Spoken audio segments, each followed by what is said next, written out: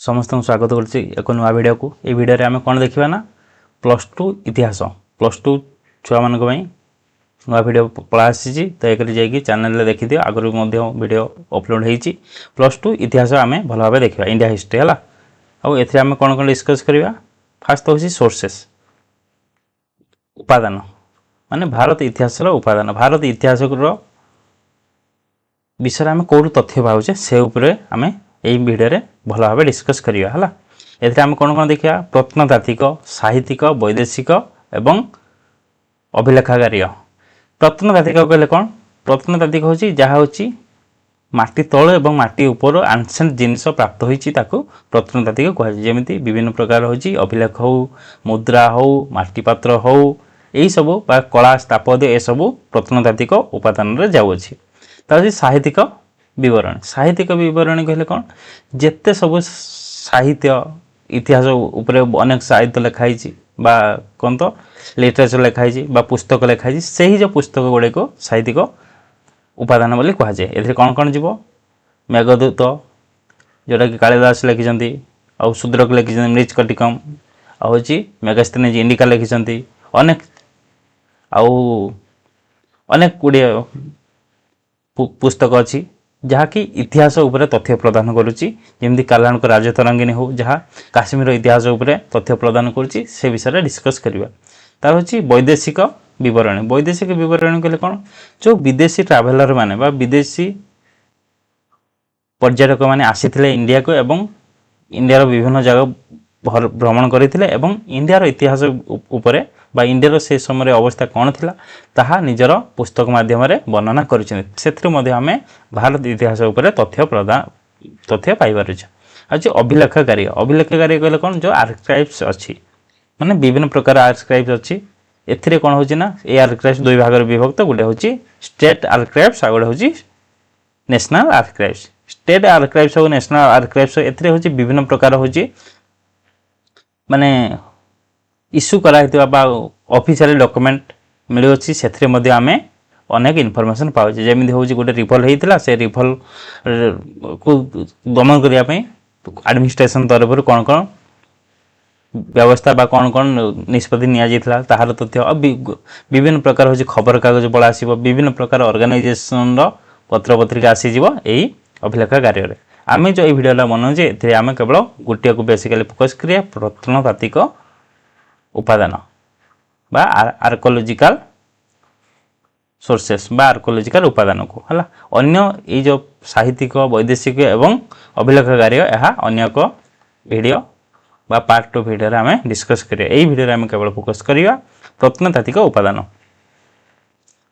ताल प्रत्नतात्विक उपादान रे आम कोन कोन देखिया बेसिकली होची जहा होची प्राकृतिक खनन प्राकृतिक खनन और अनुसंधान मिलुथिबा वस्तु स्थापत्य मुद्रा अस्त्रशस्त्र माटीपात्र हाड़ मनीष बास बासगृह यही सब प्रत्नतात्विक से समय चालीचलन कौन था यह इतिहास प्रमाण को जमी आम हरप्पा सभ्यतार हो ये हूँ प्रत्नतात्विक उपादान जीव आउ अनेक स्थापत्य कौ हो सारानाथ शांति स्तूप हो कि अनेक माटीपात्र हो ये सब विभिन्न प्रकार एन्सेंट कॉइन हो स्तूप विहार ये सब कौन जीव प्रत्नतात्विक उपादान रे और सेमती साहित्यिक उपादान आम कौन कहले विभिन्न प्रकार होची दर्शन साहित्य हो काव्य हो रामायण महाभारत वेद पुराण उपनिषद ये सब कौन जीव साहित्यिक उपादान रे आ वैदेशिक रे कौ जीव दर होची मेगास्थेनिज कौन लिखिं इंडिका लिखिं से जीव फायन हुएनसांग एमन जो आसीथिले निज निज पुस्तक सी यूकी जो लिखिं जो अनेक पुस्तक लिखिं से विषय आम इंडिया से समय केमी सोसाइटी कल्चर कौन था ये सब उपरे से मेंशन कर आम इंडिया विषय तथ्य पाई पारुछे ता हूँ अभिलेखागार विभिन्न प्रकार हूँ अभिलेख जोटा कहली आर्काइव्स तथ्य जो मिले विभिन्न प्रकार खबर कागज हो विभिन्न प्रकार ऑर्गेनाइजेशन अभिलेख हो ये सब आम प्रमाण पाई पारुछे भारत इतिहास उपरे है स्टार्ट करवा इतिहास अतीतर सत्य घटना उपरे आधारित इतिहास कौन अतीतर माने बीती जाइथिबा सत्य घटना उपरे आधारित कौन इतिहास इतिहास रचना अध्ययन पाई मौलिक उपादान मूल उत्सर भूमिका अत्यंत गुरुत्वपूर्ण और इतिहास रचना में कौन ମୌଳିକ ଉପାଦାନ ବା ମୂଳ ଉପାଦାନ ହେଉଛି ବହୁତ ଗୁରୁତ୍ୱପୂର୍ଣ୍ଣ। ଉପାଦାନ ବିନା ନିର୍ଭରଯୋଗ୍ୟ ଇତିହାସ ଲେଖିବା ସମ୍ଭବ ନୁହେଁ। ତେଣୁକରି ଉପାଦାନ ବିନା ଏଇ ଯେଉଁ ଇତିହାସ ଲେଖିବା ସମ୍ଭବ ନୁହେଁ। ଆଉ ଏଇ ଉପାଦାନ ଗୁଡ଼ିକ ଆମେ କେଉଁଠୁ ପାଉଛେ? ଅନେକ ପ୍ରକାରର ପାଉଛେ। ଯେମିତି କ'ଣ ପଢ଼ିଲେ? ପ୍ରତ୍ନତାତ୍ତ୍ୱିକ ଉପାଦାନ, ସାହିତ୍ୟିକ ଉପାଦାନ, ଆଉ ଗୋଟେ ହେଉଛି ଆର୍କାଇଭାଲ ଉପାଦାନ। ଏହିସବୁରୁ ଆମେ ଉପାଦାନ ପାଉଛେ। ଆଉ ଯେଉଁଟା ହେଉଛି ଫରେନ୍ ଟ୍ରାଭେଲର୍ସ ମାନେ ବୈଦେଶିକ ଯାତ୍ରୀମାନେ ମଧ୍ୟ ନିଜ ପୁସ୍ତକରେ ମେନସନ୍ କରିଛନ୍ତି। ତେଣୁକରି ଏଇ ଯେଉଁ ଇଣ୍ଡିଆ ଇତିହାସକୁ ବୁଝିବାକୁ ହେଲେ ଆମେ କ'ଣ ଉପାଦାନ ବା ଇତିହାସ ଲେଖିବାକୁ ହେଲେ ଉପାଦାନ ନିହାତି ଆବଶ୍ୟକ ହେଲା। ପ୍ରାଚୀନ ଭାରତରେ ଗ୍ରୀସ୍ ରୋମ୍ ପରି ବ୍ୟବସ୍ଥିତ, ପ୍ରାଚୀନ ଭାରତରେ କ'ଣ ରୋମ୍ ପରି ବ୍ୟବସ୍ଥିତ ଥିଲା ଭାବରେ ଭାରତ ଇତିହାସ ରଚନା ପରମ୍ପରା ନଥିଲା। ଆଉ ରୋମ୍ ଆଉ ଗ୍ରୀସ୍ ପରି ଭାରତ ଇତିହାସ ରଚନା ପରମ୍ପରା କିଛି ନଥିଲା। ତଥାପି ବିଭିନ୍ନ ଉତ୍ସରୁ ପ୍ରାଚୀନ ଭାରତ ଇତିହାସ ଜାଣିବା ସମ୍ଭବ। ଆଉ ଯଦି ବି ବ୍ୟବସ୍ଥା ନଥାଏ ତେବେ ଆମେ କ'ଣ କରୁଛେ? ବିଭିନ୍ନ ପ୍ରକାର ଉତ୍ସ ବା ବିଭିନ୍ନ ପ୍ରକାର ସୋର୍ସେସ୍ରୁ ଆମେ ପ୍ରାଚୀନ ଭାରତ ଇତିହାସରେ କ'ଣ ଥିଲା ସେ ସମୟରେ ସେସବୁ ଜାଣିପାରୁଛେ ହେଲା। ଏହି ଉତ୍ସ ଗୁଡ଼ିକ ମୁଖ୍ୟତଃ 3 ଭାଗରେ ବିଭକ୍ତ। ଆଉ ଏହାକୁ 3 ଭାଗରେ ବିଭକ୍ତ କରାଯାଇଛି। ଗୋଟେ ହେଉଛି ପ୍ରତ୍ନତାତ୍ତ୍ୱିକ। ପ୍ରତ୍ନତାତ୍ତ୍ୱିକରେ କ'ଣ କ'ଣ ଯିବ? ମୁଦ୍ରା ଯିବ, ଶିଳାଲେଖ ଯିବ, ସ୍ମାରକ ଯିବ, ମୂର୍ତ୍ତି ଯିବ, ଆଉ ଭଗ୍ନାବଶେଷ ଓ ପୁରାତନ ନିର୍ମାଣ ଆଦି ଏସବୁ ଯିବ ପ୍ରତ୍ନତାତ୍ତ୍ୱିକ। ସାହିତ୍ୟିକରେ କ'ଣ ଯିବ? ବେଦ, ପୁରାଣ, ମହାକାବ୍ୟ, ବୌଦ୍ଧ ଜୈନ ସାହିତ୍ୟ, ଜୀବନୀ ଓ ବିଦେଶୀ ପର୍ଯ୍ୟଟକଙ୍କ ବିବରଣୀ। ଆଉ ଥାରେ ଯିବ ଅଭିଲେଖ କାର୍ଯ୍ୟ, ଯେଉଁଟାକି ଆର୍କାଇଭାଲ ସୋର୍ସେସ୍ ମଧ୍ୟ କୁହାଯାଏ। ଏଥିରେ କ'ଣ ଯିବ? ସରକାରୀ ଦଲିଲ ଯିବ, ବିଭିନ୍ନ ପ୍ରକାର ସରକାର ଯେଉଁ ଚିଠି ଇସ୍ୟୁ କରିଥିଲେ ବା ବିଭିନ୍ନ ପ୍ରକାର ଅର୍ଡ଼ର ଜାରି କରିଥିଲେ ତାହାର ଦଲିଲ ବା ତାହାର ହେଉଛି ଲେଟର ଯିବ। ଆଉ ହେଉଛି ଚିଠିପତ୍ର ଯିବ। ରାଜକୀୟ ଅଧ୍ୟାଦେଶ, ରାଜାମାନେ ଅନେକ ଅଧ୍ୟାଦେଶ ଜାରି କରିଥାନ୍ତି ଲ ଆଉ କାନୁନକୁ ଫଲୋ କରିବା ପାଇଁ, ସେଇ ଅଧ୍ୟାଦେଶ ମଧ୍ୟ ଯିବ। ଆଉ ରେଭିନ୍ୟୁ କେମିତି ଟ୍ୟାକ୍ସ କଲେକ୍ସନ୍ କରାଯିବ ରାଜାମାନେ ଇସ୍ୟୁ କରିଥାନ୍ତି ଅନେକ ଲେଟର ହେଲା ତାଙ୍କ ଜମିଦାରମାନଙ୍କୁ, ସେସବୁ ମଧ୍ୟ ଯିବ। ଆଉ ପ୍ରଶାସନିକ ରେକର୍ଡ଼, ବିଭିନ୍ନ ପ୍ରଶାସନର ରେକର୍ଡ଼ ଯିବ। ଯେମିତି ଲ ବିଭାଗ ହେଉ, ରେଭିନ୍ୟୁ ବିଭାଗ ହେଉ, ଆଡ଼ମିନିଷ୍ଟ୍ରେଟିଭ୍ ବିଭାଗର ହେଉ, ସେହାର ରେକର୍ଡ଼ ମଧ୍ୟ ଯିବ। ଆଉ ଅନ୍ୟାନ୍ୟ ଦଲିତ ଆଉ ଅନ୍ୟ ପ୍ରକାର ଯେତେ ସବୁ ଲେଖା ବିଭାଗ ଦଲିତ ସେସବୁ କେଉଁଥିରେ ଯିବ? ଅଭିଲେଖକାରୀ ଉପାଦାନରେ ଯିବ। ଆମେ এই ଭିଡ଼ିଓରେ କ'ଣ ଦେଖିବା? ପ୍ରତ୍ନତାତ୍ତ୍ୱିକ ଉପାଦାନ ହେଲା। ତାହେଲେ ପ୍ରତ୍ନତାତ୍ତ୍ୱିକ ଉପାଦାନ, ପ୍ରାଚୀନ ଇତିହାସ ଜାଣିବାରେ ପ୍ରତ୍ନତାତ୍ତ୍ୱିକ ଉପାଦାନ ଏକ ମୁଖ୍ୟ ଉତ୍ସ। ଆଉ ପ୍ରାଚୀନ ଇତିହାସ ଜାଣିବାରେ କ'ଣ? ଏଇ ପ୍ରତ୍ନତାତ୍ତ୍ୱିକ ଏକ ମୁଖ୍ୟ ଉତ୍ସ ଥିଲା ବା ମୁଖ୍ୟ ସୋର୍ସେସ୍ ଥିଲା। ମାଟି ଉପରେ କିମ୍ବା ମାଟି ତଳେ ମିଳୁଥିବା ପୁରାତନ ଅବଶେଷ ଗୁଡ଼ିକର ସର୍ବେକ୍ଷଣ, ଖନନ ଓ ବିଶ୍ଳେଷଣ ଦ୍ୱାରା ଐତିହାସିକ ତଥ୍ୟ ମିଳିଥାଏ। ଆଉ ଏଇ ଯେଉଁ ପ୍ରାକୃତିକ ମାଟି ତଳୁ ମିଳିଛି କିଛି ଉପାଦାନ, ଆଉ ମାଟି ଉପରୁ ମଧ୍ୟ ଅନେକ ଉପାଦାନ ମିଳିଛି। ସେସବୁରେ କ'ଣ ବିଭିନ୍ନ ପ୍ରକାର ଖନନ ଦ୍ୱାରା ପ୍ରାପ୍ତ ହୋଇଛି ଆଉ ବିଶ୍ଳେଷଣ ବା ବିଭିନ୍ନ ପ୍ରକାର ଖୋଜିବା ଦ୍ୱାରା ପ୍ରାପ୍ତ ହୋଇଛି, ଯାହାଫଳରେ ଆମେ ଇତିହାସ ଉପରେ ତଥ୍ୟ ମିଳିପାରୁଛେ। 1784 ମସିହାରେ ବେଙ୍ଗଲ ଏସିଆଟିକ୍ ସୋସାଇଟି ପ୍ରତିଷ୍ଠା ହୋଇଥିଲା। ଆଉ 1784ରେ କ'ଣ ହେଇଥିଲା? ବେଙ୍ଗଲ ଏସିଆଟିକ୍ ସୋସାଇଟି ସ୍ଥାପନ ହୋଇଥିଲା। ଆଉ ଯାହାଫଳରେ କ'ଣ ହେଲା? ଭାରତର ପ୍ରତ୍ନତାତ୍ତ୍ୱିକ ଗବେଷଣା ଅଧିକ ବିକଶିତ ହେଲା। ଆଉ ଭାରତରେ ଯେଉଁ ପ୍ରତ୍ନତାତ୍ତ୍ୱିକ ଗବେଷଣା ବା ବିଭିନ୍ନ ପ୍ରକାର ହେଉଛି ତଥ୍ୟ ଉପରେ ସନ୍ଧାନ ଚାଲିଥିଲା ତାହା ଅଧିକ ଭାବରେ ବିକଶିତ ହୋଇଥିଲା। এটা କିଏ ସ୍ଥାପନ କରିଥିଲେ? ୱିଲିୟମ ଜୋନ୍ସ ସ୍ଥାପନ କରିଥିଲେ ହେଲା। ପ୍ରତ୍ନତାତ୍ତ୍ୱିକ ଉପାଦାନ ମୁଖ୍ୟ ପ୍ରକାର ଗୁଡ଼ିକ, ଏଇ ଯେଉଁ ପ୍ରତ୍ନତାତ୍ତ୍ୱିକ ଉପାଦାନ ତାର ଅନେକ ପ୍ରକାରର ଅଛି। କ'ଣ କ'ଣ? ଗୋଟେ ହେଉଛି ଅଭିଲେଖ। ଏଇ ଅଭିଲେଖ ଗୁଡ଼ିକ କେଉଁଠି ଲେଖାଯାଉଥିଲା? ବିଭିନ୍ନ ପ୍ରକାର ପଥରରେ ଲେଖାଯାଉଥିଲା, ସ୍ତମ୍ଭରେ ଲେଖାଯାଉଥିଲା, ଆଉ ତାମ୍ରପଟରେ ଲେଖାଯାଉଥିଲା। ସେକେଣ୍ଡ ହେଉଛି ମୁଦ୍ରା। ମୁଦ୍ରା କ'ଣ କ'ଣ ପ୍ରମାଣ ଦେଉଛି? ରାଜା, କେଉଁ ରାଜା ଏଇ ମୁଦ୍ରାକୁ ଇସ୍ୟୁ କରିଥିଲେ ତାହାର ପ୍ରମାଣ ଦେଉଛି। ସେ ସମୟରେ ଅର୍ଥନୀତି କ'ଣ ଥିଲା ତାହା ଉପରେ ଆମେ ପ୍ରମାଣ ପାଇପାରୁଛେ। ବାଣିଜ୍ୟ ସେ ସମୟରେ କ'ଣ ଥିଲା ଆଉ ରାଜ୍ୟ ସମ୍ପର୍କରେ ସୂଚନା ଦେଉଛି। ଆଉ ସେ ସମୟରେ କେଉଁ ରାଜ୍ୟ ଏହି କଏନ୍ ଇସ୍ୟୁ କରିଥିଲେ ତାହା ଉପରେ ପ୍ରମାଣ ଦେଉଛି। ଗୋଟେ ବାଣିଜ୍ୟ ଉପରେ କେମିତି ପ୍ରମାଣ ଦେଉଛି? ଧର ହେଉଛି ରୋମର କଏନ୍ ଇଣ୍ଡିଆରେ ମିଳିଲା, ତାହେଲେ ଆମେ କ'ଣ ଜାଣିବା? ଇଣ୍ଡିଆ ରୋମ ସାଙ୍ଗେ ବାଣିଜ୍ୟ ସ୍ଥାପନ କରୁଥିଲା ହେଲା। ତା ହେଉଛି କୀର୍ତ୍ତିସ୍ତମ୍ଭ। କୀର୍ତ୍ତିସ୍ତମ୍ଭ ମଧ୍ୟ ଯାଉଛି କ'ଣ? ପ୍ରତ୍ନତାତ୍ତ୍ୱିକ ଉପାଦାନରେ। ଏହି କୀର୍ତ୍ତିସ୍ତମ୍ଭ କ'ଣ? ରାଜାଙ୍କର ବିଜୟ କୀର୍ତ୍ତି। ରାଜା ଗୋଟେ ଜାଗାକୁ ଅଧିକାର କଲା ପରେ ନିଜ ଖୁସି ମନାଇବା ପାଇଁ କୀର୍ତ୍ତିସ୍ତମ୍ଭ ସ୍ଥାପନ କରୁଥିଲେ। ଆଉ ବିଭିନ୍ନ ପ୍ରକାର କୀର୍ତ୍ତିସ୍ତମ୍ଭ ସ୍ଥାପନ କରୁଥିଲେ। ସେସବୁରେ ମଧ୍ୟ ଆମେ ଜାଣିପାରୁଛେ କ'ଣ? से इतिहास उपरे जानि पारुछे हैला। आ होची कला स्थापत्य विभिन्न प्रकार कला अछि जेमिति होची मंदिर हिंदू धर्म रे अनेक गुडे मंदिर स्थापना हेतला स्तूप अनेक गुडे बुद्धिस्ट स्तूप स्थापना हेतला आ मूर्ति विभिन्न प्रकार मूर्ति जैन मूर्ति हो हिंदू मूर्ति हो बुद्ध मूर्ति हो ए सब मध्य इतिहास उपरे प्रमाण दउछि। आ होची प्रत्नतात्विक खनन जे पुरातन सहर जेमिति हरप्पा मोहनजोदारो हो से समय घर कोन थिला माटी पात्र रे हरप्पा रे अनेक गुडे मिलिछि अस्त्र ए सब मध्य आमे इतिहास उपरे प्रमाण पाई परिचे ए सबरु ए सब कोउथरे जाउछि सब प्रत्नतात्विक उपादान रे जाउछि। प्रथम पढ़िया होछि अभिलेख हला। अभिलेख कहले कोन अभिलेख प्राचीन भारत इतिहास रे एक गुरुत्वपूर्ण एवं निर्भरयोग्य प्रत्नतात्विक उत्स आउ तार परिचय होछि अभिलेखर कोन यह होछि प्राचीन भारतर एक बहुत इंपोर्टेंट बा बहुत गुरुत्वपूर्ण आउ निर्भरयोग्य आहो यह को हमें निर्भर करि परिबा माने निर्भर करि परिबा ने या बिना हम इतिहास लिखि परिबा ने माने यह अनेक इतिहासर तथ्य दउछि। यह कौथिरे लेखा जाउथला पत्थर रे लेखा जाउथला स्तंभ रे लेखा जाउथला मंदिर रो कांथ रे मध्ये लेखा जाउथला विभिन्न गुंफा रे लेखा जाउथला ताम्र फलक और अन्य दृढ़ वस्तु उपरे प्राचीन लिपि रे लेखा जाइथिबा तथ्य को अभिलेख कहा जाय। आउ प्राचीन लिपि रे पुरातन लिपि रे लेखा जाउथबा तथ्य को आमे कोन कहिबा अभिलेख कहिबा।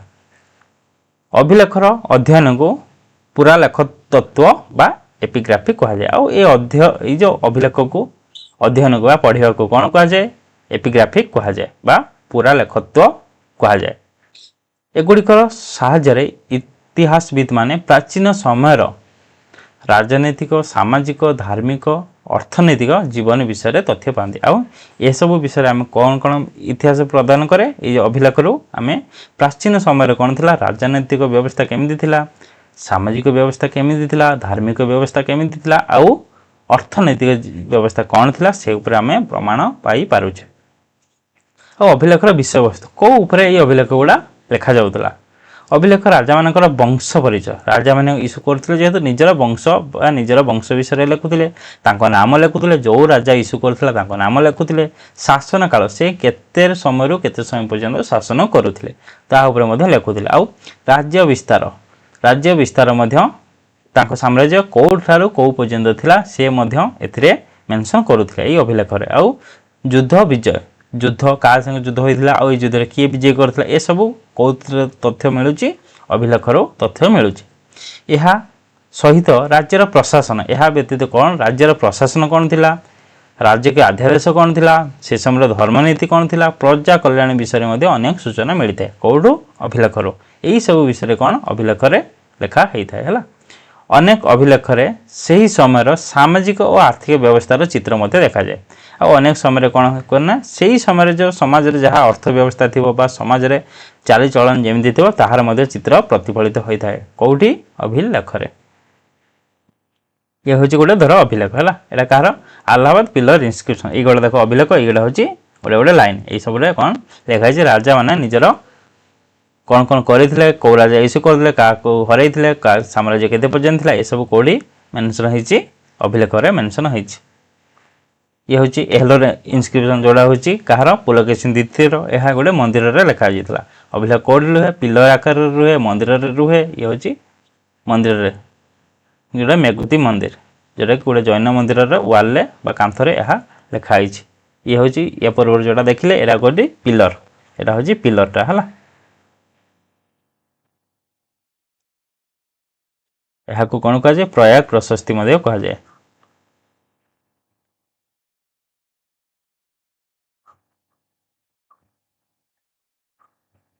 जहाँ कि कहार थिला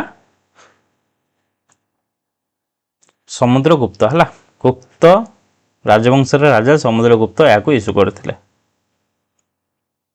ये हूँ मेघुती एहलोर इनस्क्रिप्शन ए वाल लिखा जाता कौन प्रशस्ति को वाल लिखा जाता कांथरे लिखा जाता सेमती हूँ अनेक गुड़े हूँ आमर कौन अच्छी इनस्क्रिप्शन अच्छी जमी जूनागढ़ इनस्क्रिप्शन यह हूँ कहार रुद्र दामन था ए हूँ सुदर्शन लेक सुदर्शन ह्रद उपरे मेंशन होती यह हूँ प्रथम संस्कृत अभिलेख फास्ट संस्कृत अभिलेख थिला बैसनगर अभिलेख ये हूँ करोड़ पिलर इनस्क्रिप्शन कह जाए ये प्रथम वैष्णव रिलीजन उपरे मेंशन अच्छी प्रथम भागवत रिलीजियस उपरे मेंशन अच्छे कहार हेलोरेरस है। आलाहाबाद जोटा आम पढ़ले यहाँ हूँ ଅଶୋକନ ସ୍ତମ୍ଭ ମଧ୍ୟ କୁହାଯାଏ, କାରଣ ଆହ୍ଲାବାଦରେ ଅଶୋକ ଉପରେ ମଧ୍ୟ ମେନସନ୍ ଅଛି, ଆଉ ହେଉଛି ପ୍ରାୟ ସମୁଦ୍ରଗୁପ୍ତ ଉପରେ ମେନସନ୍ ଅଛି, ଆଉ କାହା ଉପରେ ମେନସନ୍ ଅଛି, ଜାହାଙ୍ଗୀର ଉପରେ ମଧ୍ୟ ମେନସନ୍ ଅଛି ହେଲା।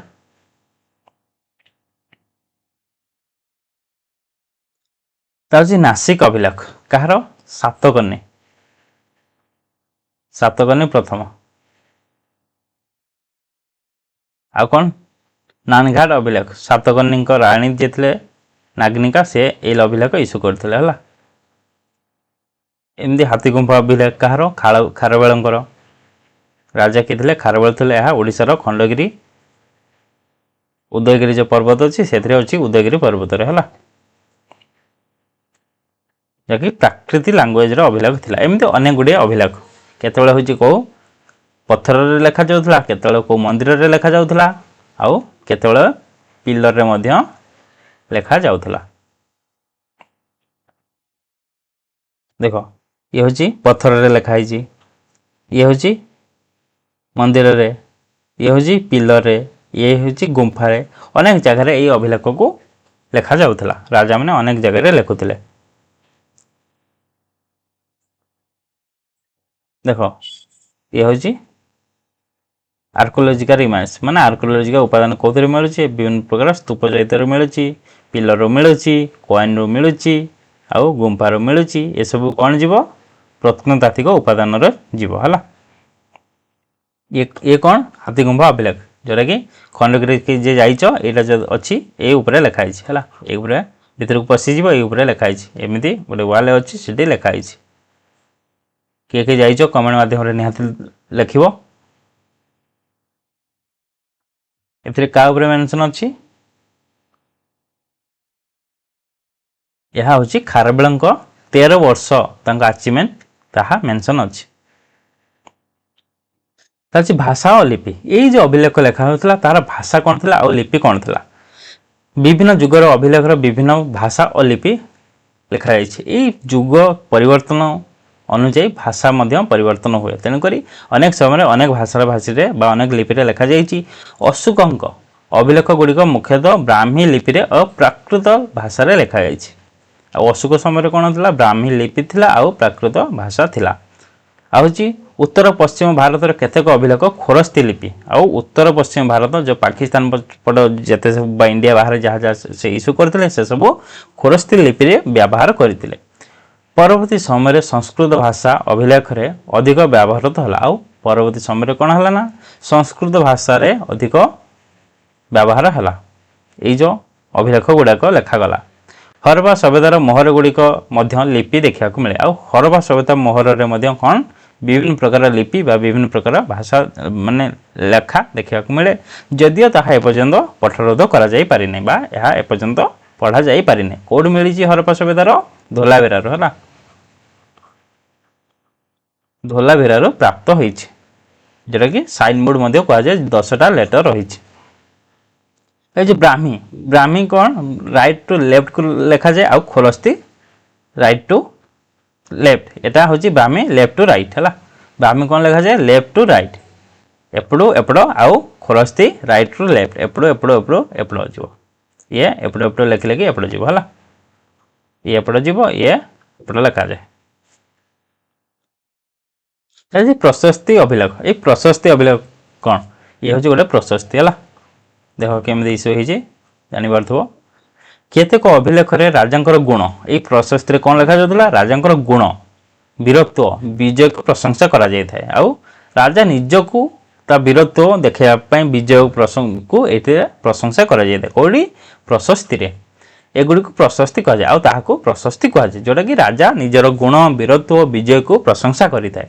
ନିଜର ପ୍ରଶଂସା ନିଜେ କରିକିରି ଗୋଟେ ଲେଖିଥାଏ, ତାକୁ ପ୍ରଶସ୍ତି କୁହାଯାଏ। ଏହା କେଉଁଠିରେ ମାନେ କେଉଁଠି ଥାଏ? ଅନେକ ଜାଗାରେ ପିଲରେ ମଧ୍ୟ ଥାଏ, ମନ୍ଦିରରେ ମଧ୍ୟ ଥାଏ, ଆଉ ଗୁମ୍ଫାରେ ମଧ୍ୟ ଥାଏ, ଆଉ କେଉଁଠି ଥାଏ? ବିଭିନ୍ନ ପ୍ରକାର ଚଟାଣ ବା ପାହାଡ଼ରେ ମଧ୍ୟ ଲେଖାଯାଇଥାଏ। ପ୍ରଶସ୍ତିରେ ଅତି ସତ୍ୟ ଥାଇପାରେ, ମାନେ ଅତି ସତ୍ୟ, ଅନେକ ସତ୍ୟ ଥାଇପାରେ, ତଥାପି ରାଜବଂଶ, ଯୁଦ୍ଧ, ରାଜ୍ୟ ବିସ୍ତାର ବିଷୟରେ ମୂଲ୍ୟବାନ ତଥ୍ୟ ମିଳେ। ଆଉ କୋଉ କୋଉ ଉପରେ ପ୍ରମାଣ ଦିଏ ରାଜବଂଶ ସେ ରାଜା କୋଉ ରାଜବଂଶରେ ବିଲଙ୍ଗ କରୁଥିବା ଆଉ ଯୁଦ୍ଧ କାହା ସାଙ୍ଗେ ଯୁଦ୍ଧ ହେଇଥିଲା ଆଉ ରାଜ୍ୟ ତାଙ୍କ ସାମ୍ରାଜ୍ୟ କେତେରୁ କେତେ ପର୍ଯ୍ୟନ୍ତ ଥିଲା ତାହା ଉପରେ କୋଉଠି ତଥ୍ୟ ମିଳେ ସେ ହେଉଛି ପ୍ରଶସ୍ତି ଅଭିଲେଖରେ ମିଳେ ଯେମିତି ପ୍ରୟାଗ ପ୍ରଶସ୍ତି ହେଲା ଉଦାହରଣ ସ୍ୱରୂପ ପ୍ରୟାଗ ପ୍ରଶସ୍ତି ଯେଉଁଟାକି କିଏ ଲେଖିଛନ୍ତି ହରିସେନା ଲେଖିଛନ୍ତି କିନ୍ତୁ କାହା ଉପରେ ପ୍ରମାଣ ଦେଉଛି ସମୁଦ୍ରଗୁପ୍ତ ତାଙ୍କ ସିଂହାସନ ଆରୋହଣ ବିଜୟ ଓ ଶାସନ ବିଷୟରେ ଅନେକ ତଥ୍ୟ ଦେଇଥାଏ କୋଉଟା ପ୍ରୟାଗ ପ୍ରଶସ୍ତି ହେଲା ଇଏ ଗୋଟେ କ'ଣ ପ୍ରଶସ୍ତି ତା ଅଛି ଧର୍ମ ତଥ୍ୟ ଆଉ ଏଇ ଯେଉଁ ଅଭିଲେଖରୁ କ'ଣ ପ୍ରମାଣ ମିଳେ ଧର୍ମ ଉପରେ ମଧ୍ୟ ପ୍ରମାଣ ମିଳିଥାଏ ବା ଧର୍ମ ତଥ୍ୟ ପ୍ରଦାନ କରିଥାଏ ଅଭିଲେଖରୁ ପ୍ରାଚୀନ ଭାରତର ଧର୍ମ ଜୀବନୀ ବିଷୟରେ ମଧ୍ୟ ତଥ୍ୟ ମିଳିଥାଏ ଆଉ ପ୍ରାଚୀନ ଭାରତର ଧର୍ମ କ'ଣ ଥିଲା ସେ ଉପରେ ମଧ୍ୟ ପ୍ରମାଣ ମିଳିଥାଏ ଅଶୋକଙ୍କ ଅଭିଲେଖରେ ତାଙ୍କ ଧର୍ମନୀତି ଅଶୋକଙ୍କ ଧର୍ମ କ'ଣ ଥିଲା ବୌଦ୍ଧ ଧର୍ମ ତାଙ୍କ ଧର୍ମନୀତି ଉପରେ ମେନସନ୍ ହୋଇଛି ତାଙ୍କ କେଉଁଠି ଅଭିଲେଖ ଗୁଡ଼ିକରେ ହେଲା ଆଉ ତାଙ୍କ ନୈତିକ ଜୀବନ ବା ନୀତିଦିନର ଜୀବନ କ'ଣ ଥିଲା ହେଉଛି ଧର୍ମ ମାନେ କେଉଁ ଧର୍ମକୁ ସେ ସପୋର୍ଟ କରୁଥିଲେ ଏବଂ ପ୍ରଜା କଲ୍ୟାଣ ବିଷୟରେ ଉଲ୍ଲେଖ ମିଳିଛି କେଉଁଠି ପ୍ରଜା କଲ୍ୟାଣ ଉପରେ ମିଳିଛି ସେ ହେଉଛି ଧଉଳି ଚୌଗଡ଼ ଏଇ ଦୁଇଟା ଯେଉଁ ଅଭିଲେଖ ଇସ୍ୟୁ କରିଥିଲେ ସେଥିରେ ହେଉଛି ପ୍ରଜା କଲ୍ୟାଣ ଉପରେ ମେନସନ୍ ହୋଇଛି ହେଲା ଏହାକୁ ସେପାରେଟ୍ ଏଡିକ୍ଟ ମଧ୍ୟ କୁହାଯାଏ ଯେଉଁଟାକି ଧଉଳି ଚୌଗଡ଼ରୁ ମିଳିଛି ଆଉ କ'ଣ ପ୍ରମାଣ ଦିଏ ଅଭିଲେଖ ହେଉଛି ଭୂମିଦାନର ପ୍ରମାଣ ଦିଏ ପ୍ରାଚୀନ ମଧ୍ୟଯୁଗୀୟ ଭାରତରେ ତାମ୍ର ଫଳକରେ ଅନେକ ଭୂମିଦାନ ଅଭିଲେଖ ଲେଖାଯାଇଛି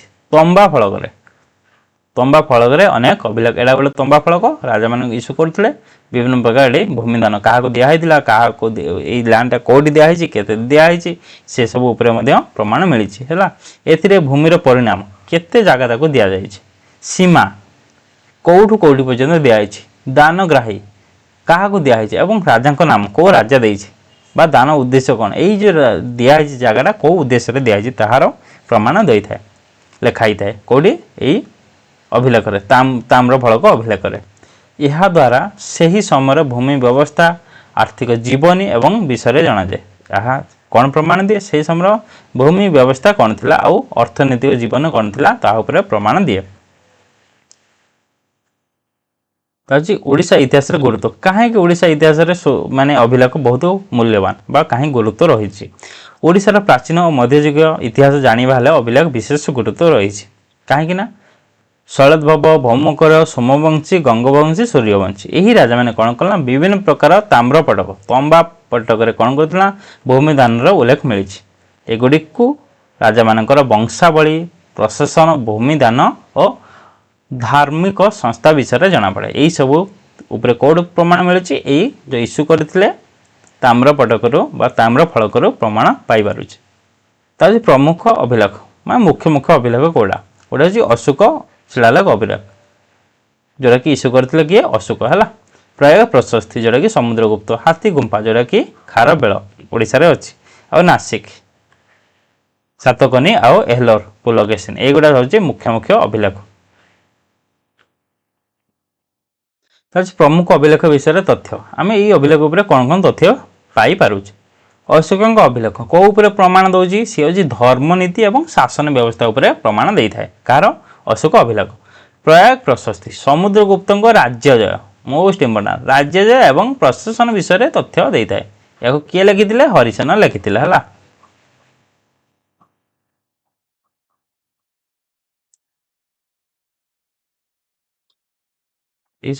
ହଁ ହରିସେନ ତା ହେଉଛି ହାତୀଗୁମ୍ଫା ଅଭିଲେଖଟା କାହାର ଖାରବେଳଙ୍କ ତାଙ୍କ 13 ବର୍ଷର ଆଚିଭମେଣ୍ଟ ମିଳିଛି କେଉଁଠି ମିଳିଛି ହାତୀଗୁମ୍ଫା ଅଭିଲେଖ ଏଇ ହାତୀଗୁମ୍ଫା ଅଭିଲେଖ କେଉଁଠି ଅଛି ସେ ହେଉଛି ଉଦୟଗିରିରେ ହେଲା ଉଦୟଗିରିରେ ଅଛି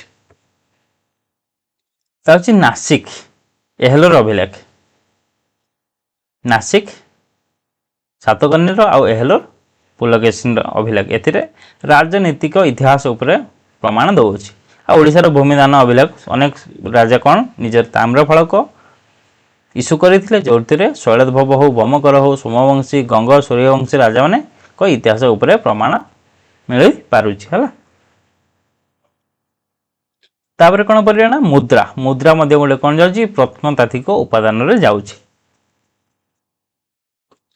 प्राचीन भारतर इतिहास जानिया मुद्रा एक गुरुत्वपूर्ण प्रत्नतात्विक उत्स आउ मुद्रा मध्य एक गुरुत्वपूर्ण प्रत्नतात्विक उत्स।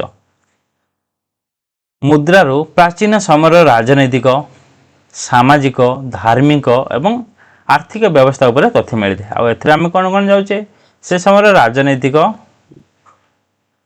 व्यवस्था कौन थिला, समाज रे सामाजिक व्यवस्था कौन थिला, धार्मिक व्यवस्था कौन थिला और आर्थिक व्यवस्था कौन थिला केमिति आम ये सबरो प्रमाण पाई परछे। जदि मनकर होची आर्थिक व्यवस्था जदि गोल्ड कॉइन इश्यू होईची जानिबे से समय अर्थनीति स्ट्रांग थिला। धर्म एक कॉइन रे विभिन्न प्रकार होची देवादेवी को मूर्ति मध्य से इश्यू करथिले जहाँ धर्मर प्रमाण दउची। से सामाजिक समाज रे ट्रांजैक्शन केते होउथला को परिमाण रे होउथला समाज का संगे से ट्रांजैक्शन करूथले गोटे कॉइन धर एटा गोटे स्टेट अच्छी एटा गोटे होची साम्राज्य एटा गोटे साम्राज्य कि एटा एठी किछि लोक रहउछन एठी किछि यांको कॉइन एठु मिलुची तांको कॉइन एठु मिलुची साउथ रो कॉइन नॉर्थ रे मिलुची नॉर्थ कॉइन साउथ रे मिलुची ताले जानिबा कोन तांको साम्राज्य एठु एथिक पर्यंत विस्तृत थिला राजनीतिर प्रमाण दिए हला। सेमिति भारतर प्राचीनतम मुद्रा होची छापायुक्त मुद्रा। छापायुक्त मुद्रा एटा होची छापायुक्त मुद्रा देखि पारथुए केमि छापा छापा होइछि माने विभिन्न प्रकार चित्र होइछि ये होची छापायुक्त मुद्रा हला। एथिरे विभिन्न चिन्ह और चित्र देखा जाए आउ अनेक प्रकार चिन्ह चित्र देखा जाए ए देखि पारथुओ अनेक प्रकार चित्र अछि केमि इंडो ग्रीक शासनक इतिहास जानिबारे मुद्रा विशेष गुरुत्व रही आ इंडस आ ग्रीक शासक मानक इतिहास जानिबारे ए मुद्रा बहुत गुरुत्वपूर्ण रही। भारत मिलुथिबा रोम्य मुद्रा भारतर और रोम मध्य वाणिज्य संपर्क प्रमाण दिए आ जो भारत रोम रो कॉइन मिली से आम कौन जानीपे भारतीय माने रोम मान संगे ट्रेड बा वाणिज्य करुथिले।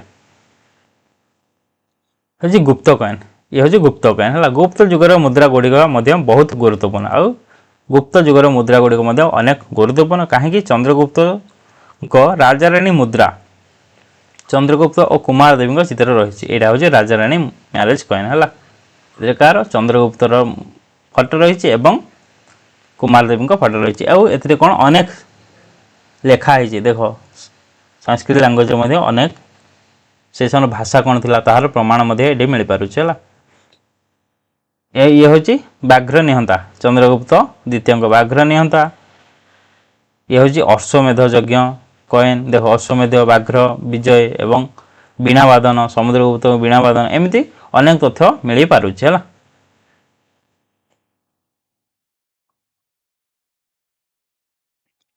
तो मुद्रा धातुर ओजन चिन्ह और मिलता स्थान अर्थनैतिक समृद्धि और साम्राज्य विस्तार धर्म पोशाक और लिपि विषय जनाए। ये मुद्रा धातु ओजन और चिन्ह मिलता विभिन्न प्रकार चिन्ह रही देख और स्थान कौ स्थान मिली से कौन अर्थनैतिक समृद्धि कौन थी जदि गोटे जगार अन्य जगार धर यहाँ हूँ इंडिया ये हूँ मौर्य मैंने शासन कर कौन जदि आसिक मिलला साउथ रे से जानिबे तांको साम्राज्य साउथ पर्यंत विस्तृत थिला हला। आ जो धर्म धर्म केमिति विभिन्न प्रकार कॉइन रे हूँ निज निज टाइटल राजा माने निज निज जमी परमेश्वर परम वैष्णव एमती परम महेश्वर एमती टाइटल आडप करते से टाइटल कौन जानते ना महेश्वर जदि टाइटल अच्छी ताहले महादेव को उपासक थिले बोली जना जाउछि सेमिति एथा कौन विभिन्न प्रकार पोशाक एटा हूँ कनिष्क कॉइन देखी पार्थो ये हूँ कनिष्क कॉइन कॉइन देख से पोशाक पूरा फुल पोशाक रही जूता रही आउ टूप ये रही कौन तो मुकुट रही है आम से समय कौन पोशाक कौन थी केमती कलचर थी तथ्य प्रमाण करुच्चे। तेणु मुद्रा इतिहास लिखन एक निर्भरयोग्य उत्स तेणु से कौन मुद्रा हूँ इतिहास लिखार बहुत निर्भरयोग्य निर्भर आम कर मुद्रा को इतिहास लिखा कीर्ति स्तंभ कौ मैंने इश्यू करते फास्ट गोटे राजा अन्य राजा को परास्त करदेला आ विजय खुशी निजर कीर्ति स्तंभ स्थापन करदेला है विभिन्न प्रकार आर्ट आर्किटेक्चर ये करुला बना निर्माण करुला। कीर्ति स्तंभ इतिहास एक महत्वपूर्ण प्रत्नतात्विक उत्स आ एक गुरुत्वपूर्ण उत्स राजा मैंने निजर विजय कीर्ति एवं धार्मिक भावना को स्मृति रे यही स्तंभ निर्माण करथिले ଧର୍ମ ଭାବନାର ମଧ୍ୟ ଏହି ସ୍ତମ୍ଭ ନିର୍ମାଣ କରୁଥିଲେ। ଅଶୋକଙ୍କ ସାରନାଥ ସ୍ତମ୍ଭ ଶୀର୍ଷ ଭାଗ ଆଜି ଭାରତର ଜାତୀୟ ପତାକା ଭାବେ ପରିଚିତ। ମଧ୍ୟଯୁଗୀୟ ଚିତ୍ତର କୀର୍ତ୍ତିସ୍ତମ୍ଭ ଆଉ କୁତବ ମିନାର ଆଦି ଉଲ୍ଲେଖଯୋଗ୍ୟ। ଏଇଗୁଡ଼ା ଗୋଟେ କୀର୍ତ୍ତିସ୍ତମ୍ଭ କୋଉଟା ଅଶୋକର ସାରନାଥ ଆଉ ଚିତ୍ତର କୀର୍ତ୍ତିସ୍ତମ୍ଭ ଆଉ କୁତବ ମିନାର ଏଇଗୁଡ଼ା ଗୋଟେ କ'ଣ କୀର୍ତ୍ତିସ୍ତମ୍ଭ ଗୋଟେ କୀର୍ତ୍ତିକୁ ମାନେ ରାଜା ମାନେ ଇସ୍ୟୁ କରୁଥିଲେ ହେଲା। ସାରନାଥ କାହିଁକି ଏହା ଧର୍ମକୁ ନେଇକିନି କୋଉ ଧର୍ମ ବୌଦ୍ଧ ଧର୍ମ ହେଲା। ଆଉ ହେଉଛି ଚିତ୍ତର କୀର୍ତ୍ତିସ୍ତମ୍ଭ ବିଜୟକୁ ନେଇକରି ଇସ୍ୟୁ କରାଯାଇଥିଲା। କୀର୍ତ୍ତିସ୍ତମ୍ଭ ଓ ସ୍ମାରକ ଗୁଡ଼ିକରୁ ସେହି ସମୟରେ ଧର୍ମ ସାମାଜିକ ଜୀବନ କଳା ସ୍ଥାପତ୍ୟର ବିଶେଷ ତଥ୍ୟ ମିଳିଥାଏ। କେଉଁଥିରୁ ଏଇ କୀର୍ତ୍ତିସ୍ତମ୍ଭ ଗୁଡ଼ିକରୁ। ଇଏ ହେଉଛି ଚିତ୍ତର କୀର୍ତ୍ତିସ୍ତମ୍ଭ ଦେଖିପାରୁଥିବେ। ଇଏ ହେଉଛି ସାରନାଥ। ଏଇଟା ହେଉଛି ଅଶୋକ ଯେଉଁ ଆମ ଅଛି ତ୍ରିରଙ୍ଗାରେ ଅଶୋକ ଚକ୍ର ଏଇଠୁ ଅଛି ହେଲା।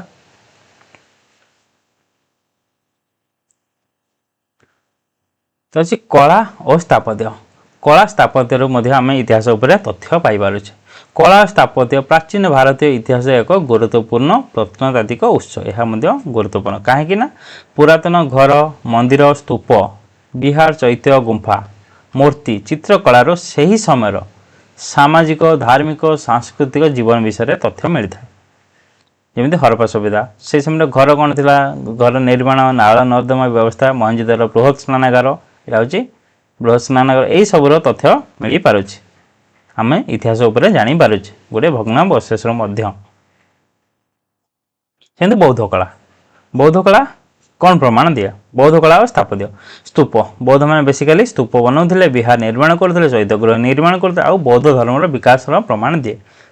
ଅନେକ ଜାଗାରେ ମିଳିଥିବାରୁ ବୌଦ୍ଧ ଧର୍ମ ବିକାଶ ଆମ ଓଡ଼ିଶାର କେଉଁଠି ରତ୍ନଗିରି ଲଳିତଗିରି ଉଦୟଗିରି ଏଥିରେ ବୌଦ୍ଧ କଳା ମିଳିପାରିଛି ହେଲା ଯେଉଁଟାକି ଯାଜପୁରରେ ଅଛି।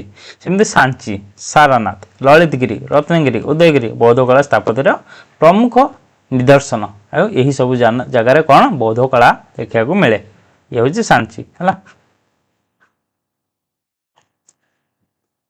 ହେଉଛି ମନ୍ଦିର ସ୍ଥାପତ୍ୟ।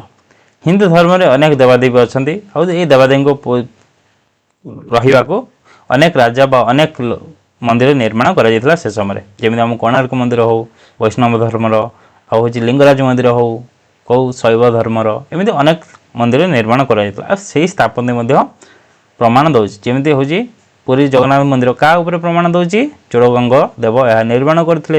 ସେ ସମୟରେ କ'ଣ ଥିଲା ବ୍ୟବସ୍ଥା ଆଉ ଏହା ଉପରେ ପ୍ରମାଣ ଦେଉଛି। ମନ୍ଦିର ସ୍ଥାପତ୍ୟ ପ୍ରାଚୀନ ଭାରତରେ ବିଭିନ୍ନ ପ୍ରକାର ମନ୍ଦିର ନିର୍ମାଣ ହୋଇଥିଲା। ଆଉ ପ୍ରାଚୀନ ଭାରତରେ କ'ଣ ଅନେକ ପ୍ରକାର ନିର୍ମାଣ ହୋଇଛି ମନ୍ଦିର। ଯେମିତି ତିଗଲା ବିଷ୍ଣୁ ମନ୍ଦିର ଦେବଗଡ଼ର ଦଶାବତାର ମନ୍ଦିର ଏଇଟା ହେଉଛି ଦଶାବତାର ମନ୍ଦିର ଦେବଗଡ଼ରେ ଯେଉଁ ଅଛି ଦଶାବତାର ଏଇଟା ହେଉଛି ମନ୍ଦିର ହେଲା। ଏହାର ଉଦାହରଣ ଭାରତୀୟ ମନ୍ଦିରରେ ନଗର ଦ୍ରାବିଡ଼ ଓ କଳିଙ୍ଗ ଶୈଳୀ ବିକାଶ ଦେଖାଯାଏ। ଆଉ ଭାରତର ମନ୍ଦିରରେ ତିନିଟା ଶୈଳୀ ଅଛି ଦ୍ରାବିଡ଼ ନଗର ଏବଂ ସାଉଥରେ ଯଦି ଯିବା ଦ୍ରାବିଡ଼ ଉପରେ ନଗର ମଝିଟା ହେଉଛି ବେସର ଶୈଳୀ ବା କଳିଙ୍ଗ ଶୈଳୀ କୁହାଯାଏ ହେଲା। ତାପରେ ଆମେ କ'ଣ ଦେଖିବା ନା ଗୁମ୍ଫା ଓ ଚିତ୍ରକଳା। ଗୁମ୍ଫାରେ ମଧ୍ୟ ଅନେକ ଚିତ୍ରକଳା ମିଳିଛି ସେହି ସବୁ ମଧ୍ୟ ଇତିହାସ ଉପରେ ତଥ୍ୟ ପ୍ରଦାନ କରୁଛି। ପ୍ରାକ୍ ଐତିହାସିକ ଯୁଗରେ ଗୁମ୍ଫା କାନ୍ଥରେ ଚିତ୍ରକଳା ଦେଖିବାକୁ ମିଳେ। ଯେମିତି ଭୀମବେଟକା ଏଇଟା ହେଉଛି ଭୀମବେଟକାର ହେଲା। ଏଥିରେ କ'ଣ ସେଇ ସମୟରେ ପାଲିଆଲିଥିକ ଲୋକମାନେ କେମିତି ହଣ୍ଟିଂ କରୁଥିଲେ କେମିତି ହେଉଛି ତାଙ୍କ ସୋସାଇଟି କ'ଣ ଥିଲା ସାମାଜିକ ଚଳଣି ଥିଲା ସବୁର ପ୍ରମାଣ ଚିତ୍ର ମାଧ୍ୟମରେ ମିଳିପାରୁଛି। ଏହି ଚିତ୍ର ଗୁଡ଼ିକ ପ୍ରାଚୀନ ମନୁଷ୍ୟଙ୍କ ଜୀବନ ଶିକାର ପ୍ରଣାଳୀ ବିଷୟରେ ତଥ୍ୟ ପ୍ରଦାନ କରିଥାଏ। ସେମିତି ହେଉଛି କ'ଣ ଜୈନ କଳା ଜୈନ ସ୍ଥାପତ୍ୟରୁ ମଧ୍ୟ ଅନେକ ତଥ୍ୟ ମିଳୁଛି ଜୈନ ଧର୍ମ ଉପରେ ହେଲା। ଖଣ୍ଡଗିରି ଉଦୟଗିରି ଯେଉଁଟାକି ଭୁବନେଶ୍ୱରରେ ଅଛି ଶ୍ରବଣ ବେଲଗୋଡ଼ା ସାଉଥରେ ଅଛି ଏହଲୋର ଆଉ ଦିଲ୍ଲୀର ଜୈନ କଳା ସ୍ଥାପତ୍ୟ ଉଲ୍ଲେଖଯୋଗ୍ୟ। ଏଇଟା ହେଉଛି ଶ୍ରବଣ ବେଲଗୋଡ଼ା ଯେଉଁଟାକି ଜୈନ ଷ୍ଟାଚ୍ୟୁଟା ଆଉ ଇଏ ହେଉଛି ଏହଲୋରରେ ମଧ୍ୟ ଜୈନ ଷ୍ଟାଚ୍ୟୁ ମିଳିଛି। ଏସବୁ ମଧ୍ୟ ସେ ସମୟରେ ଜୈନ ଧର୍ମ ଉପରେ ପ୍ରମାଣ ଦେଉଛି। ହେଉଛି ପ୍ରତ୍ନତାତ୍ତ୍ୱିକ ଖନନ। ପ୍ରତ୍ନତାତ୍ତ୍ୱିକ ଖନନ ଗୋଟେ ପ୍ରାଚୀନ ସହର ଯେମିତି ହରପ୍ପା ଏକ ପ୍ରତ୍ନତାତ୍ତ୍ୱିକ ଖନନ ଦ୍ୱାରା ପ୍ରାପ୍ତ ହୋଇଛି ସେମିତି ଅନେକ ଜାଗା ଖନନ ଦ୍ୱାରା ପ୍ରାପ୍ତ ହୋଇଛି। ପ୍ରତ୍ନତାତ୍ତ୍ୱିକ ଖନନ ପ୍ରାଚୀନ ଭାରତ ଇତିହାସ ଜାଣିବା ଏକ ମୁଖ୍ୟ ଉତ୍ସ। ଏହା ମଧ୍ୟ ଏକ ମୁଖ୍ୟ ଉତ୍ସ। ଖନନ ପ୍ରକ୍ରିୟାରେ ମାଟି ତଳେ ଲୁଚି ରହିଥିବା ପୁରାତନ ଦ୍ରବ୍ୟ ଧ୍ୱଂସାବଶେଷ ଆବିଷ୍କାର କରାଯାଏ। ଏହା ବୈଜ୍ଞାନିକ ଅଧ୍ୟୟନ ଦ୍ୱାରା ପ୍ରାଚୀନ ମନୁଷ୍ୟ ଜୀବନ ସଭ୍ୟତା ବିଷୟରେ ଅନେକ ତଥ୍ୟ ପ୍ରଦାନ କରିଥାଏ। କେଉଁଠି ପ୍ରତ୍ନତାତ୍ତ୍ୱିକ ଖନନରୁ ଯାହା ପ୍ରାପ୍ତ ହୋଇଛି ଆମେ ସେଥିରେ ଅନେକ ପ୍ରକାର ତଥ୍ୟ ପାଇପାରୁଛେ। ହରପ୍ପା ସଭ୍ୟତାର ବହୁ ସହର ଓ ଧ୍ୱଂସାବଶେଷ ପ୍ରତ୍ନତାତ୍ତ୍ୱିକ ଖନନ ମାଧ୍ୟମରେ ଆବିଷ୍କାର ହୋଇଛି। ଏହାଦ୍ୱାରା ସେହି ସଭ୍ୟତାର ନଗର ଯୋଜନା, ଘରବାଡ଼ି, ନିଷ୍କାସନ ବ୍ୟବସ୍ଥା, ବାଣିଜ୍ୟ ଓ ଜୀବନଶୈଳୀ ବିଷୟରେ ତଥ୍ୟ ମିଳିପାରୁଛି। ଓଡ଼ିଶାର ଭୁବନେଶ୍ୱର ନିକଟସ୍ଥ ଶିଶୁପାଳଗଡ଼ ପ୍ରତ୍ନତାତ୍ତ୍ୱିକ ଖନନ ମଧ୍ୟ ବିଶେଷ ଗୁରୁତ୍ୱପୂର୍ଣ୍ଣ। କାହିଁକିନା ଏହା କାହାର ଥିଲା? ଶିଶୁପାଳଗଡ଼ ପରବର୍ତ୍ତୀ ସମୟରେ କଳିଙ୍ଗ ନଗରୀ କାହାର ଇଏ ଥିଲା, କ୍ୟାପିଟାଲ ଥିଲା? ଖାରବେଳଙ୍କ କ୍ୟାପିଟାଲ ଥିଲା ହେଲା, ଯେଉଁଟା କଳିଙ୍ଗ ନଗରୀ ଥିଲା ହେଲା। ଏଠାରୁ ପ୍ରାଚୀନ ସହରର ଧ୍ୱଂସାବଶେଷ, ମୃତପାତ୍ର, ମୁଦ୍ରା, ଅଳଙ୍କାର, ମୋହର ଓ ବିଭିନ୍ନ ମୂର୍ତ୍ତି ମିଳିଛି। ଏହି ସବୁ ଉପାଦାନ ଗୁଡ଼ିକରୁ ପ୍ରାଚୀନ ଓଡ଼ିଶାର ସାମାଜିକ, ଧାର୍ମିକ, ସାଂସ୍କୃତିକ ଜୀବନ ବିଷୟରେ ତଥ୍ୟ ମିଳିପାରୁଛି। ଇଏ ହେଉଛି ଶିଶୁପାଳଗଡ଼, ଯେଉଁଟାକି କାହାର? କଳିଙ୍ଗ ନଗରୀରେ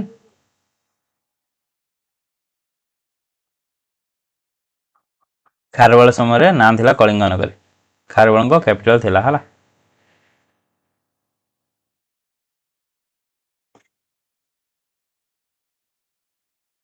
ଏହା ଥିଲା କ'ଣ? ଆମେ କ'ଣ ପଢ଼ିଲେ?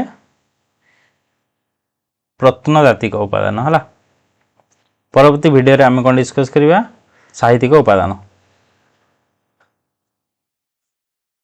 ଆଉ ଯାହାକୁ ଭିଡ଼ିଓ ଭଲ ଲାଗିଲା ନିହାତି ଲାଇକ୍, ସେୟାର, କମେଣ୍ଟ ନିହାତି କରିବ। ଆଉ କିଏ ଯଦି ବୁଝିପାରିନ